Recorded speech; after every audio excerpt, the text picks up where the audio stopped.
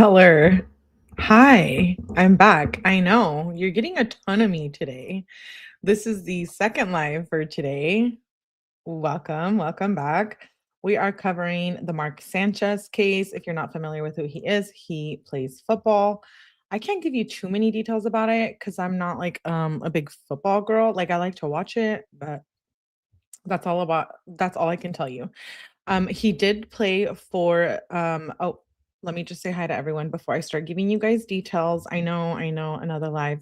Please make sure you guys hit the like button. It really helps support small channels and well, it helps support both big and small channels, but really helps put us out there exactly with the hype button. That's a new feature as of recent and I like it. I think it's pretty cool. We just covered the Adam Montgomery hearing. We are covering Mark Sanchez now.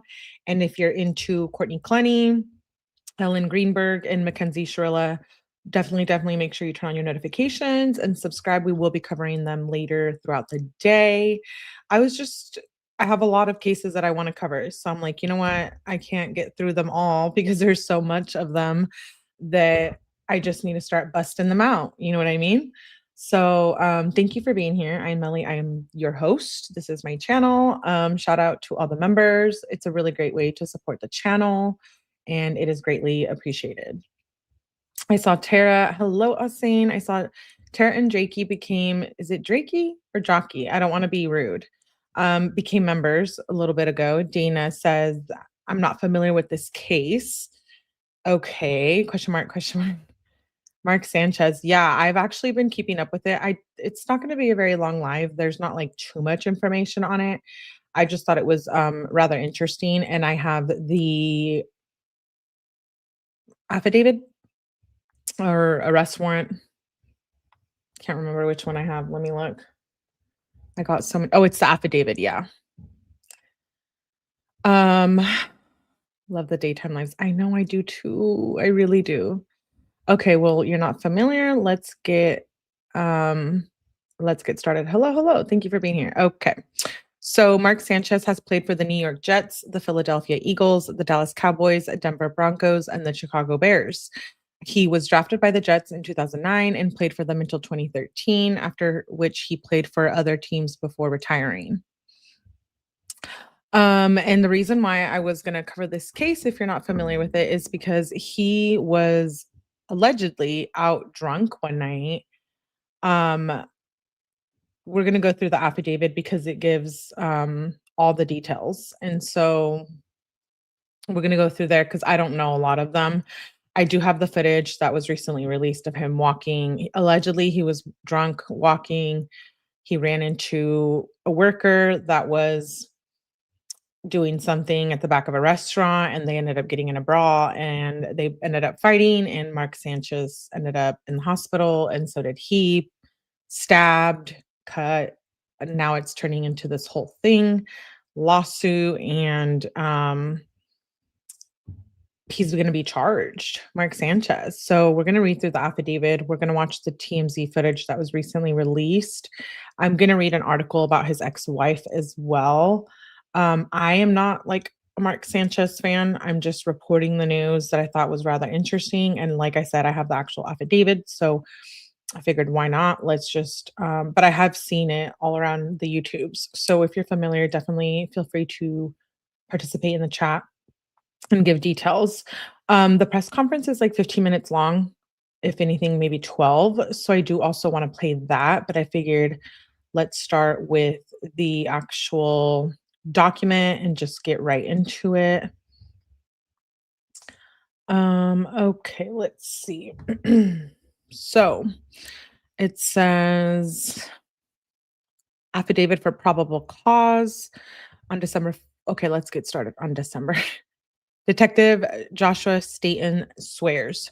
On October 4th, 2025 at 12:35 a.m., IMPD officers were dispatched to 301 West Washington Street on a report of a person um okay, hold on. I'm just reviewing really quickly. I haven't read this at all prior to. So just a warning before I proceed. Certain words I will have to um, you know, make up other words for or redact them because YouTube. Okay, so October 4th, 2025 at 12:35 a.m., IMPD officers were dispatched to 301 Washington Street on a report of a person shot.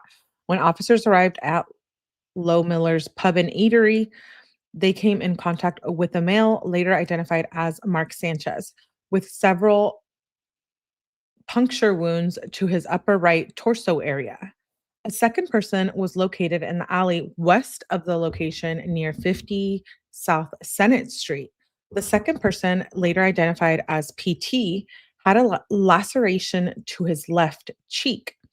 Medic 03 EMS 2685 responded to 301 West Washington Street and transported Mr. Sanchez to Eskenazi Hospital in critical condition, and Medic 05 EMS responded to Ali Street at 50 South Senate Street and transported PT to Methodist Hospital. An aggravated assault detective was requested to be paged through control by an officer on the scene, and Detective Staten was paged at 12:54 a.m. Detective Staten spoke to Officer Anderson and was advised where the injured parties were going and coordinated with other aggravated assault detectives for responses accordingly. Detective Edwards responded to Eskenazi Hospital to check on Mr. Sanchez, while Detective Clayton responded to Methodist to check on PT. Detective C. Edwards responded to Eskenazi Hospital and attempted to get a statement from Mr. Sanchez. Detective Edwards asked Mr. Sanchez what happened, and all he could remember was grabbing for a window. Mr. Sanchez said he did not know who did this to him or where it happened. Detective Staten responded to the scene and arrived at 1:10 a.m. Upon arrival, Detective Staten was advised that the two hotels on either side of the alley where the incident occurred had surveillance video of the event. The two hotels located on either side of the alley where the incident occurred were the Westin Hotel in the Indianapolis Marriott downtown. Detective Staten went to the Westin Hotel first to review the video, but the video was poor quality. As Detective Staten was walking to the Marriott to review their footage, a male sitting in a vehicle parked in the alley just north of the incident location stated he needed to leave. Detective Staten spoke with the male, who was identified as BB. He stated that he was at the location picking up his kid when he saw a larger male wearing a black shirt and another male that was a truck driver interacting with each other. BB at first thought they were friends and did not pay much attention to their interaction as his vehicle was facing northbound and he was only observing through the side mirror. BB then thought it was odd. He thought the two men were using their cell phones to record each other. BB then said the two men went to the other side of the truck of his view. Then he noticed that the truck driver tumbled over the opposite side of the curb and the male in the black shirt was standing over him. BB thought that they might have wrestled or something. Then the male in the black shirt ran northbound in the alley and the truck driver stayed in the truck. BB did not see anything further and said he did not know what was happening, but assumed it was kind of serious because police started to show up. Detective Staten then released BB from the scene. Detective Staten relayed this information about the two parties involved possibly recording each other based on BB's statement, and Detective Sergeant Gray then applied for and was granted a search warrant to collect Mr. Sanchez's phone and clothes from the hospital. The warrant was warranted, and Detective Edwards collected the items, signed a chain of custody voucher, and transported them back to the aggravated assault office, where Detective Staten later took custody and placed the items in the property room. Um, that's intense. So I wonder if they took his. Did they already say that they took his blood alcohol? Hmm. The incident was recorded. Yeah, there's footage. Um. Oh, thanks, Nag. Okay, let's continue reading this. So it says Detective Staten then reviewed the video from the Indianapolis Marriott downtown and saw a male believed to be Mark Sanchez jogging northbound in the alley from the direction of Maryland Street. Mr. Sanchez run towards a large box truck that is backed into the loading docks at the Westin Hotel and goes behind the trucks and then reappears, still heading northbound. Mr. Sanchez then heads to West Washington Street and is out of view for a little while. Mr. Sanchez then reappears heading southbound and approaches the delivery truck and goes behind it before reappearing and approaching the driver's door. It should be noted that at the time, PT is an employee for a company that specializes in commercial cooking oil recycling and disposal. PT was backed into the loading dock area at the Westin, performing his assigned duties when he was encountered by Mr. Sanchez. Mr. Sanchez approached the driver's door of the truck and opened the door and began a conversation with PT. Mr. Sanchez and PT stand by the driver's side for a few minutes. Then PT walks over to the security office doors of the Marriott. At this time, PT is out of view of the camera, and Mr. Sanchez is standing near the front of the truck. Moments later, PT reappears and walks towards the passenger side of the truck, and Mr. Sanchez follows him. Then PT is seen walking back around to the driver's side, and Mr. Sanchez is right behind him. The two appear to have an interaction at the driver's side door, and then PT walks backwards toward the front of the truck. Mr. Sanchez is following again, and PT is seen walking backwards away from Mr. Sanchez. PT and Mr. Sanchez are now seen moving around in the front of the truck, in the front area in the front of the truck, and then PT darts towards the driver's door again. Mr. Sanchez is seen running after PT, and the video shows Mr. Sanchez grabbing and throwing PT towards the wall of the Westin. It appears that the two men are fighting between the large metal green dumpster and the truck. The fight continues up against the dumpster, and then as the vehicle is driving southbound in the alley, the two men continue fighting and are now moving out towards the middle of the alley. Mr. Sanchez is then throwing PT to the ground on the west side of the alley just as the car passes. PT stands up from the ground, and Mr. Sanchez is standing there for a brief moment before turning and running northbound towards West Washington Street. Detective Staten took a statement from PT on October 4th, 2025, at the office around 8 p.m. PT's statement closely matches the video Detective Dayton watched from the Marriott. PT and Mr. Sanchez opened the driver's door and PT exited the truck. Mr. Sanchez and PT had a conversation where Mr. Sanchez told PT that he could not be there at the loading dock and that he, Mr. Sanchez, had spoken to the manager of the hotel. PT did not have his hearing aids in because his truck is very loud when he's exchanging the frying oil for the hotel, so he had to lean in close to Mr. Sanchez to hear him. When PT leaned in, he stated that Mr. Sanchez smelled of alcohol and his speech was slurred. PT was confused and stated he needed to contact his manager to find out exactly what was going on. PT described Mr. Sanchez, whom he did not recognize, was well dressed and groomed, so PT assumed he could be the manager of the hotel.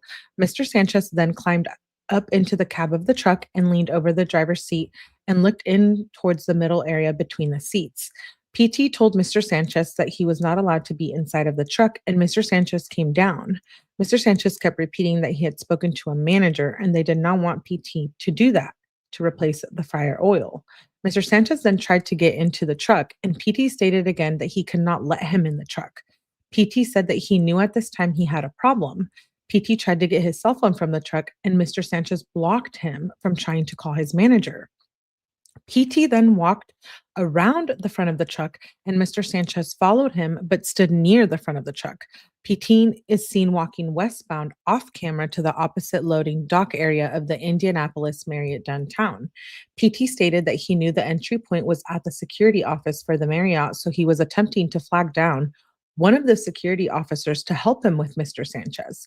PT then walked towards the passenger side of the truck, and Mr. Sanchez walked with him.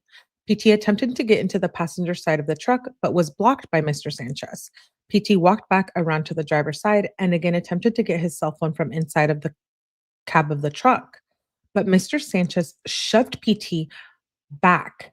PT realized things had escalated and he was now in physical danger. So he reached into his pocket and grabbed his pepper spray and sprayed Mr. Sanchez in the face. PT said that the pepper spray, oh, sorry guys. You guys can hear the landscaper again.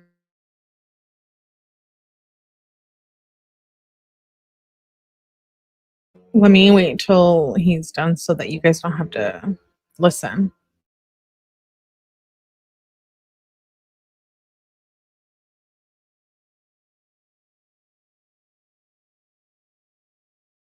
Like, if that's what's gonna be happening during the live stream and during the day, we're gonna have problems. Like him and I, we're definitely gonna have issues. Okay, let's see. I'll continue. That's just annoying me.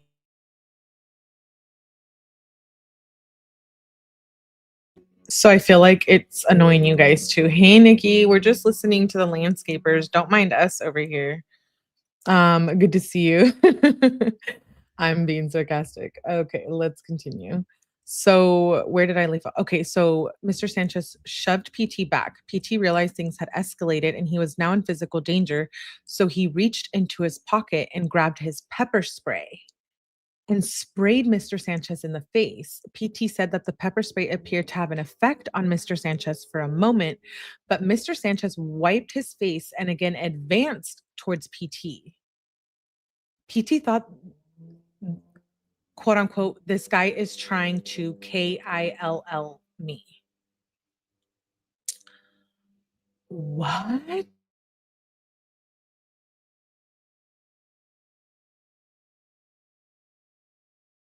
So they get into a fight. This truck driver pulls the pepper spray and then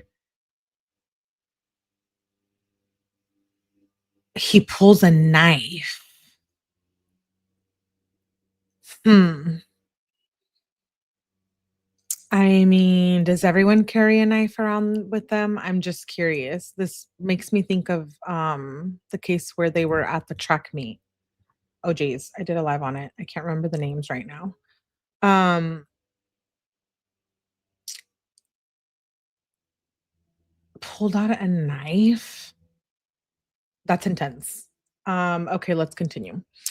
This guy's trying to unalive me, so he pulled out his knife, and when Mr. Sanchez came at him, PT went at Mr. Sanchez and struck him 2 or 3 times with the knife.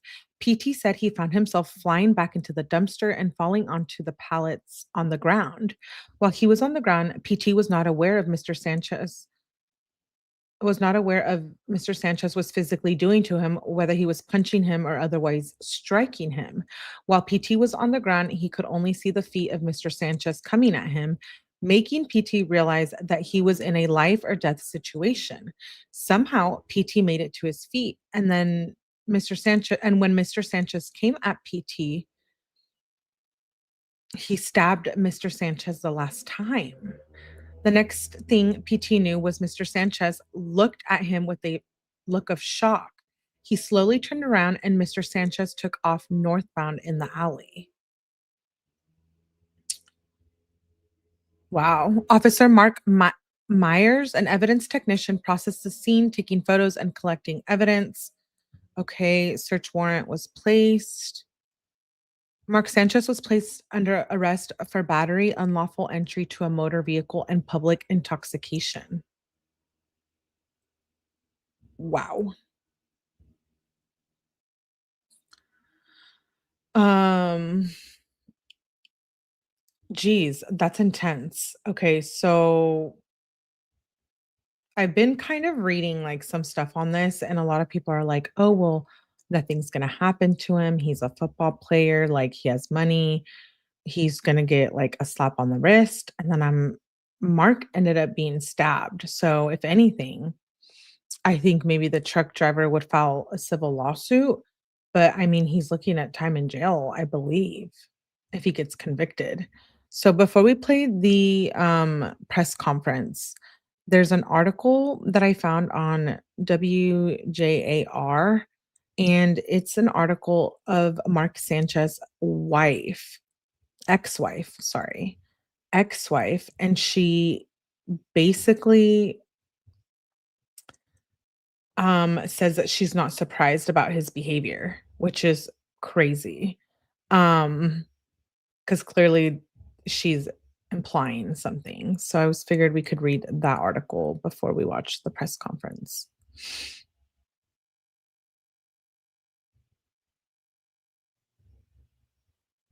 Okay, let me pull it up. So, okay, it says none of this is surprising to me. Mark Sanchez ex breaks silence after stabbing. YouTube doesn't really like that word. Mark Sanchez ex girlfriend broke her silence after the former NFL quarterback and sports analyst was punctured and later arrested in Indiana. Bobby T, a model whose real name is Erin Campaneris, said the incident is quote unquote not surprising to her. She took to social media to share her thoughts. And this is what she said. I am aware of the serious criminal charges currently facing my son's father, Mark Sanchez. My foremost priority has always been and remains that our 8-year-old son Daniel. I choose to remain silent publicly to protect Daniel, she wrote in an Instagram story on Sunday. Now that everything is out in the open, my focus hasn't changed. I have always been concerned for his safety and for what he is exposed to. Sadly, none of this is surprising to me. She went on to say she learned about the horrific event through a news alert on her phone while sitting next to her son, adding that her thoughts are with the other man involved in the attack.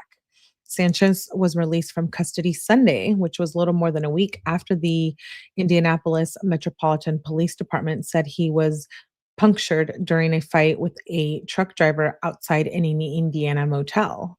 Police on October 4th said officers arrested Sanchez while he was being treated for puncture wounds in the hospital. He was charged with battery with injury, unlawful entry of a motor vehicle, and public intoxication. And these are the updates that the police department made. According to the police affidavit, which we just read, he reeked of alcohol.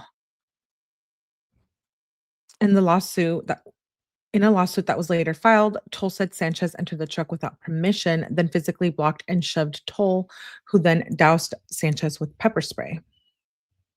And then that's when the thing that you cut steak with is pulled out. Um, so as more information about the incident became public, his ex-wife said her goal is to protect her son's peace. And she says, I understand that we live in a very public world, but my hope is that as my son grows, he can be seen and understood apart from the story. At the end of the day, I simply am a mama to a very sweet young boy, doing my best to protect his peace. Thank you for the compassion so many have shown towards me. Sanchez, who is 38, was previously drafted to the New York Jets in 2009, where he played through 2013. He then played for the Eagles from 2014 to 2015, then the Denver Broncos, as well as the Dallas Cowboys in 2016, the Chicago Bears in 2017, and the Washington Commanders in 2018. He retired from the NFL in 2019 and later became a sports analyst. I wonder if he has a drinking problem and he's somewhat abusive when he drinks like that. And so I'm not saying that it's okay or making that as an excuse for him to attack this man, but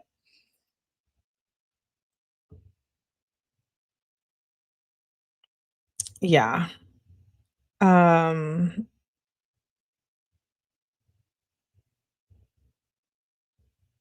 I was reading what you guys were saying. Yeah. Um,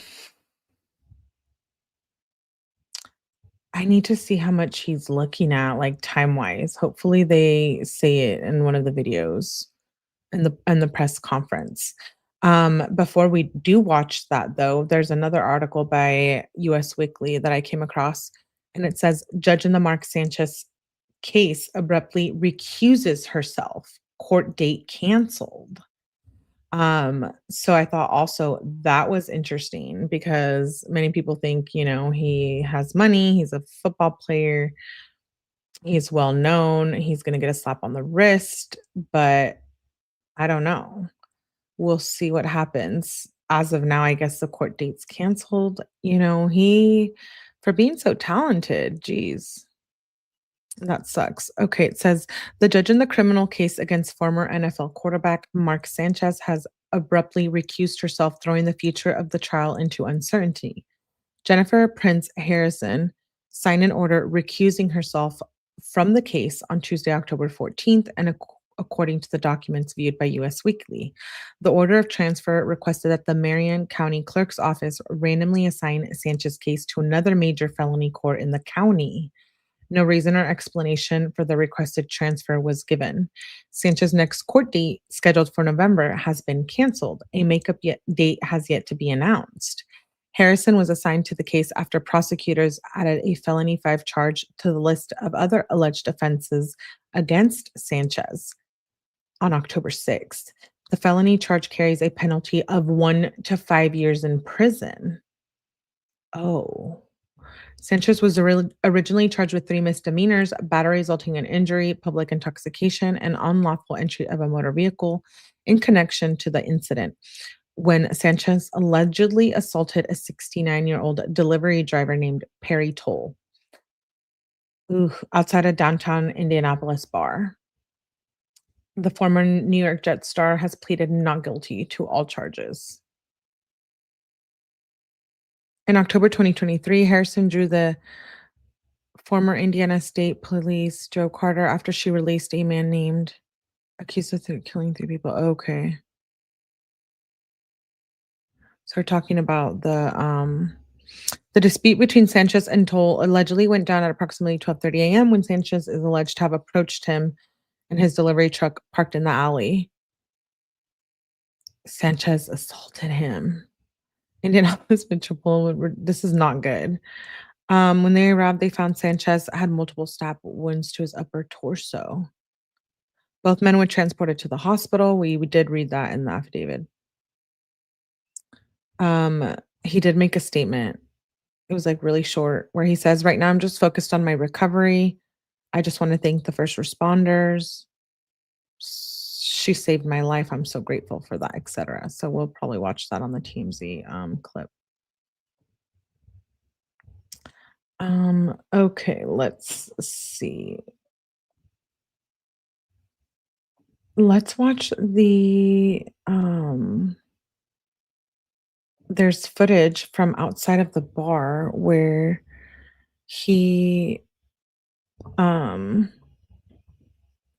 when did this happen? Sorry, I just got back. It just happened on October 4th. So I'm gonna pull up the footage that was recently released of him stumbling in the back. It's kind of a weird situation if you ask me. I don't know, I just feel like and he doesn't remember anything allegedly because he was so drunk. Okay, so it says Mark Sanchez caught on video stumbling and acting erratically before violent puncturing in Indianapolis. And this is the alleged victim's truck.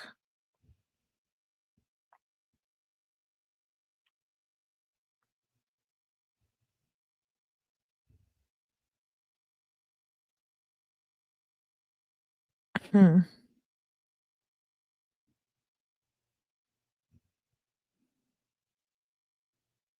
There's no audio.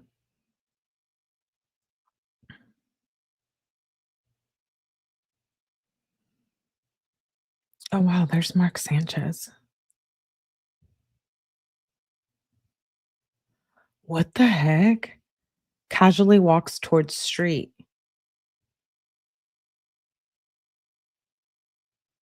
He's, like, stumbling.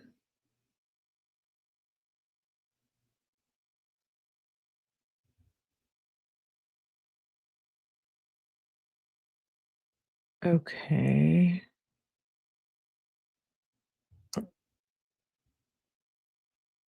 That's some female walking, and then there he is again. Stumbles as he walks past pub.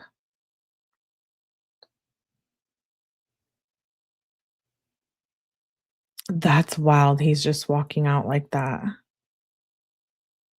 90 seconds later, he aimlessly walks in the opposite direction.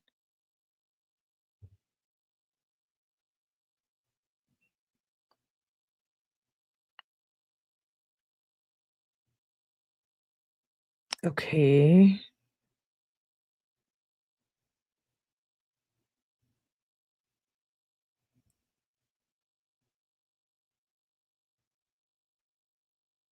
5 minutes later, he returns and leans against alley wall.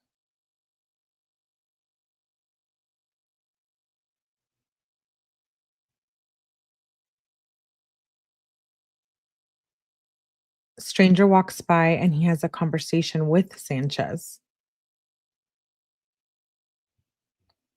Maybe they recognized him. It's probably what it was. And then Sanchez runs down the alley towards alleged victim.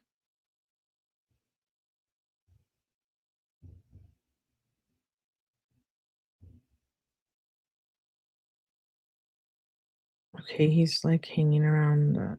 What the fight goes down moments after this. Sanchez flees the scene bloodied from stab wounds. Wow.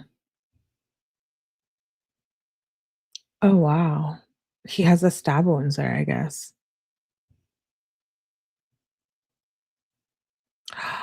Oh, yeah, there's blood all over him. Wow. That's intense. Unfortunately, if he started this whole interaction. Oh, there's all the police now looking at the floor for blood drops. Oh, wow. Oh, wow. Oh, okay. 1, 2, 3, 4, 5, 6, 7, 8, 9. Okay. They felt they needed to call 10 officers out there. That's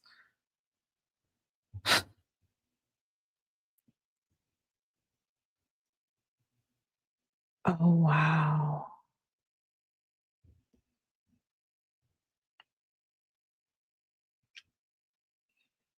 Oh, there's a stretcher.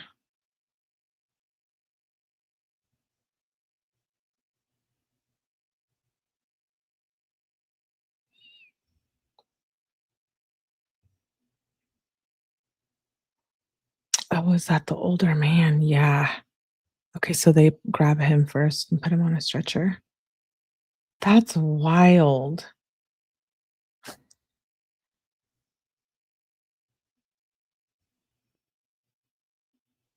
Wow. Okay. Mm. Mark Sanchez is the one that went back there and told him to move. So he's the one with the money. Is the actual attack on video? I don't know. I didn't see it. Even if I did, I probably couldn't play it. Unfortunately, he's the other guy, Cree. Okay, let's listen to the press conference. That's intense. So I wish we could hear, um, because the alleged victim says that he told him to move from where he was parked or whatever. And like, I guess that kind of started the interaction, but I'm thinking like, was there other things said? And then Mark Sanchez said that he doesn't remember anything, really. So would the fact that he doesn't remember something help him because he was intoxicated? I could possibly see that them being like, well, he didn't know, and then he attacked his victim and he didn't know he was belligerent. But I don't know. Those charges might stick. It was like breaking into a car or whatever, because he like forced himself into there, forceful entry, and public intoxication and battery. Now I don't know. The alleged victim is probably, yeah, filed a civil lawsuit, but I don't know if because he stabbed Mark Sanchez, I don't know. I don't it sounds like Mark Sanchez could really be the one who obviously started it, but and I'm also wondering, does he really not remember? Um, I don't know. Let's watch the press conference and get maybe a little more information. Yeah, there was an altercation according to the victim. We read it in the affidavit. If you guys weren't here at the beginning, maybe um and did he move his car? Did who? The truck driver? Just sneeze. The truck driver? No. The truck driver didn't move the truck. He was like telling him, I think, to get out of the way. And I don't believe he did move his truck, and that's why I think Mark Sanchez maybe got angry. I don't know. Let's watch the press conference. That'll give us more information. It's not very long press conference either. It's I think a total of like 15 minutes. Not even. Like 12. Good morning, everyone ready? Well, thank you for being here. I am Chris Bailey, the Chief of the Indianapolis Metropolitan Police Department. Here with me today is Marion County Prosecutor Ryan Mears. Prosecutor Mears will provide a rundown of the facts as we know them at this time. And then after that, I'll come back up for some additional comments, and then we can answer some questions. Prosecutor? Thank you, Chief. Once again, my name is Ryan Mears. I'm the Marion County Prosecutor here in Indianapolis, Indiana. And for those of you who are certainly familiar with how the criminal justice system works here in Indianapolis, on Saturday we were presented and submitted a probable cause affidavit from IMPD that kind of contained an initial outline of the allegations that occurred early Friday night, late Friday night, early Saturday morning involving the defendant, Mark Sanchez. An initial probable cause affidavit was filed, and we made a preliminary charging determination based on that information. As is always the case, Chief and his team continued to work on this matter, continued to track down additional details for us, and really supplemented that probable cause affidavit. I cannot say enough good things about the work that took place at IMPD. There was a ton of information to sift through and gather. They did an excellent job of acquiring that information. And as a consequence of that effort, we received an amended or an additional probable cause affidavit this morning. Again, this is something that happens in virtually every case here in Marion County.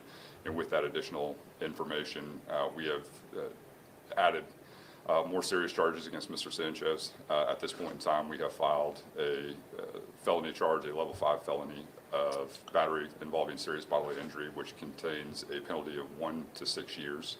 One of the things that I want to stress to everybody is that we are still in the early stages of this investigation. Chief and his team have a number of search warrants that are still outstanding. They're still tracking down additional information. This is by no means the end of this investigation. This by no means that these are going to be the final charges that we move forward with. We could not have done this case and be in a position to make today's charging decision without the hard work of IMPD and people in the community who came forward with information and pointed us in the right direction. And we've gathered a ton of information. One of the challenges you have in a case like this is the fact that you are dealing with individuals who are receiving medical care, and that's obviously the most important thing, that individuals are treated appropriately. But once we were provided with additional information about the victim's current medical condition, it became clear to us that additional charges needed to be filed. There's a supporting probable cause affidavit which was filed with the court today, which outlines the additional information which we have received thanks to the effort of IMPD, and that's why we were able to file the charges. A couple of things just about this incident. You know, certainly the thing that stands out to us is this was a situation that did not need to occur. You have the allegations involve a 38-year-old man becoming involved in an altercation with a 69-year-old man who sustained significant and very severe injuries as a result of that altercation. The probable cause outlines kind of the initial nature of that dispute. We are literally talking about people fighting over a parking space, or a dispute about where people are parking, and it resulted in someone receiving just incredibly significant injuries. Where this incident took place was an area of the city which was very well covered by surveillance footage. There are multiple angles of surveillance footage which capture the events that occurred, And in addition, we had a number of civilian witnesses who came forward with provided information about what took place. For us, though, we need additional information, and Chief's team is working on that. And once we receive that additional information, additional charges might be appropriate to file. In a case like this, one of the things that you are considering is where people are coming from, where were people going, what were they doing? And then once individuals receive medical care, we're obviously very interested in what those medical records look like, because they can a lot of times give us greater insight into what was going on that day and potentially provide some information into an individual's state of mind. And so with that, I'll turn it over to Chief Bailey. Thank you, Prosecutor. First and foremost, I want to say that Wow. I wonder if he's going to get fired from his analyst job. my thoughts and prayers are with the victim in this case and his family as he is on the road to recovery. I also want to just express just how proud I am of the officers and detectives of this police department who, those early morning hours of Saturday, rushed in to provide medical care and find out what was going on, and then spent the next really 2 full days putting this case together to present to our partners at the Marion County Prosecutor's Office. All of them, including deputy prosecutors, including the prosecutor himself, worked all weekend nonstop to bring those initial charges. And as he said, we continue to work on this case to find additional information, additional evidence, and additional witnesses to make this case stronger. The professionalism that we saw from our teams is what makes this department one of the best in this city, one of the best in the country, and their commitment to our community and keeping downtown and every neighborhood in our city safe was evident. Downtown Indianapolis remains a safe and welcoming environment for the people that live here and the people that visit here. It remains one of our safest neighborhoods. To date, violent crime is down 5% in downtown. Property crime is down 11%. Overall crime is down 10%. And across our city, violent crime is down 21%. That is because of the hard work of all of our partners in the criminal justice system, including Prosecutor Mears and the work of our detectives, the work that we see from our office. But I want to be clear about this. I don't care who you are. I don't care what you I don't care who you are. I went back too far, I guess. I didn't want to hear about To make our city safe. But I want to be clear about this. I don't care who you are. I don't care what you do for a living. I don't care where you live. If you come into our city, commit violence, we will use all the tools at our disposal to hold you accountable. As we move forward, IMPD will continue to maintain our strong, visible presence in downtown on those high visibility, high traffic weekends at major events to make sure that our community is safe. And I continue to urge our community to respect one another. As the prosecutor said, this did not need to happen. It just did not. We need to recognize our differences, respect those differences, and deal with our conflict without resorting to violence, because it's just not worth it. I appreciate the cooperation of our community. I thought he was and the going to talk about the downtown case. residents and businesses who can. Prosecutors, are there any laws on the books that state that charges will be up based on maybe a victim's age, especially if this person was elderly? Oh, the question was, like, does the age, he's an elderly man. That's more of a statutory aggravator as it relates to sentencing. And so one of the things that the court can consider when they're trying to impose a sentence, as I mentioned, this is a level 5 felony, 1 to 6 years. One of the statutory aggravators is the age of the victim. And certainly that is something that the judge could consider when they're imposing a sentence. Did investigators take a BAC level from Sanchez? Well, anytime anyone's admitted to the hospital, there's a number of things that are conducted as just kind of a matter of routine and a matter of procedure. And I think as you work through the process, certainly their health records are protected. We have to go through that process of making sure that any information that we receive is obtained through the proper channels. And I know Chief's team's working on that. Do we know if investigators have had a chance to talk to any of Sanchez's associates to piece together what his Friday night was like before this happened? I can't answer exactly what step in the process the investigators are at, but as the prosecutor mentioned, just because charges are filed doesn't mean the case or the investigation stops. So the investigators will be looking into all those things, and I think the medical records are going to be extremely important for both individuals to help the prosecutor make an important or a charging decision to see if there's some other way to another charge that needs to be added, but also to see if there was some sort of altered state of mind of the individuals involved in this incident. Does the felony mean his bond has now changed? So as you know, we're currently assigned to a misdemeanor level 6 court with the additional charges. This case will be transferred to a major felony court, and then it would be up to that major felony court to make the determination as to whether or not a bond should be imposed regarding the new charges. Again, these new charges are supported by an amended probable cause affidavit, which goes into way more detail about what took place on that night, and also more clearly outlines the nature and extent of the victim's injuries in this case. How does the state's self-defense law play into this and the allegations? Well, certainly Indiana has some of the most robust self-defense laws in the nation, and that's always going to be part of the equation when you evaluate cases like this and trying to determine exactly what took place. And it will certainly be at the center of this particular trial as well when we have conversations about were people acting reasonably or not. And in Indiana, you have no duty to retreat. He said this particular trial. And so those are all things that you need to consider in terms of when you make that initial charging decision.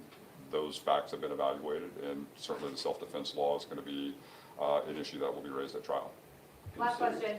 I wonder if he wasn't just better off like dealing with it civilly in pain, because I know the older man is, I think, suing him now. But I guess the criminal charges still have to be like rectified, right? You So tweeted yesterday for the first time in 3 years, criticizing the governor for his quick take for political gain. What's your reaction to that? Well, for me, the most important thing is that we get information out there that is accurate. And anytime people jump to conclusions and don't rely on facts, that's obviously disappointing. For us, though, we have conversations about what's taking place in Marion County. When those types of things are said, it's not really an attack on me. It's an attack on 420 people who work in the prosecutor's office who are dedicated to their job. And we've won 31 out of our last 34 murder trials. We've won the last 10 murder trials in a row. And if the governor has conversations about what's going on in Marion County, not only can he look to those stats, but he has an open invitation to come to the prosecutor's office and not only meet with me, but the people who are in the courtroom every single day fighting for those convictions. We don't get those records and we don't get those results without Chief Bailey's help, without the community's help.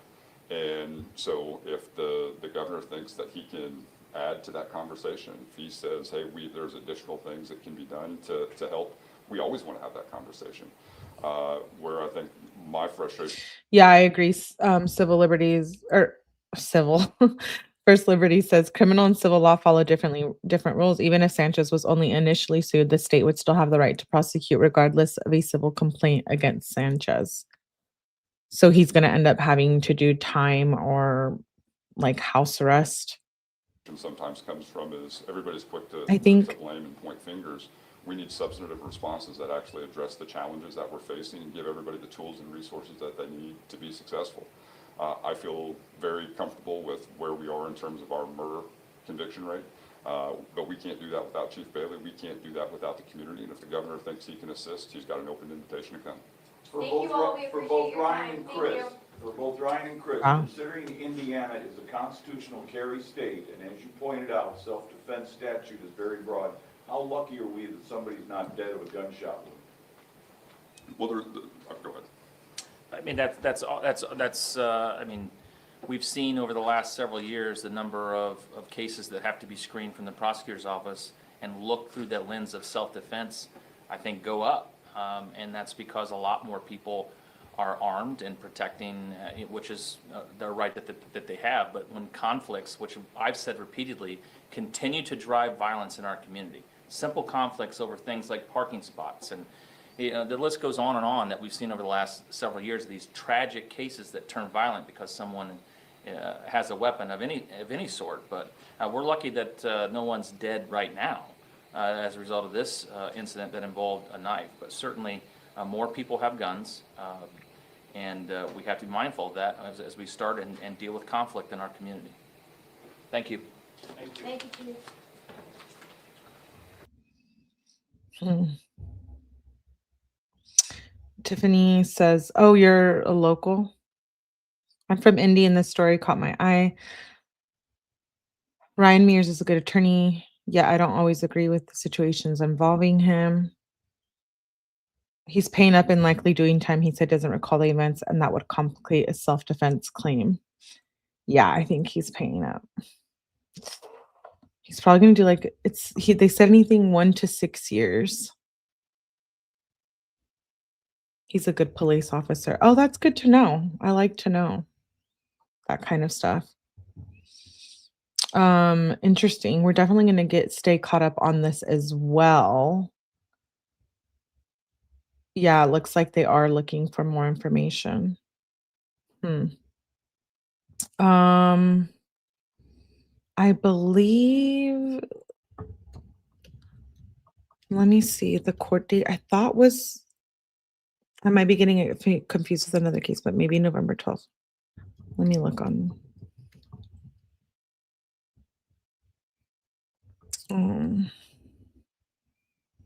Oh, it was canceled because it was canceled when the other judge recused. Was it the judge? Yeah. So right now there is no court date. So as soon as there is one, I'll be back with more information or if something comes of the case. I just wanted to read the affidavit. If you missed the beginning of the live, didn't know you were following this story. Yes. I just started following it. I have been following it like myself, but I had just covered it today on my channel. So I'll definitely continue to cover it. Thanks for being here, Tiffany. It's always nice to get perspectives and opinions from people that are local when we cover cases. So I'll definitely keep you guys updated on this. We just did Adam Montgomery hearing. So if you missed that live, please go back and rewatch it. We are doing Ellen Greenberg and 𝐷𝐞𝐥𝐥𝐲 next, as well as a live for reading Mackenzie text. So thank you guys for being here. Very interesting. It is very interesting. Thank you guys for being here. Shout out to all of you. Please make sure you hit the like button on the way out, and I will see you shortly on a different live. Bye.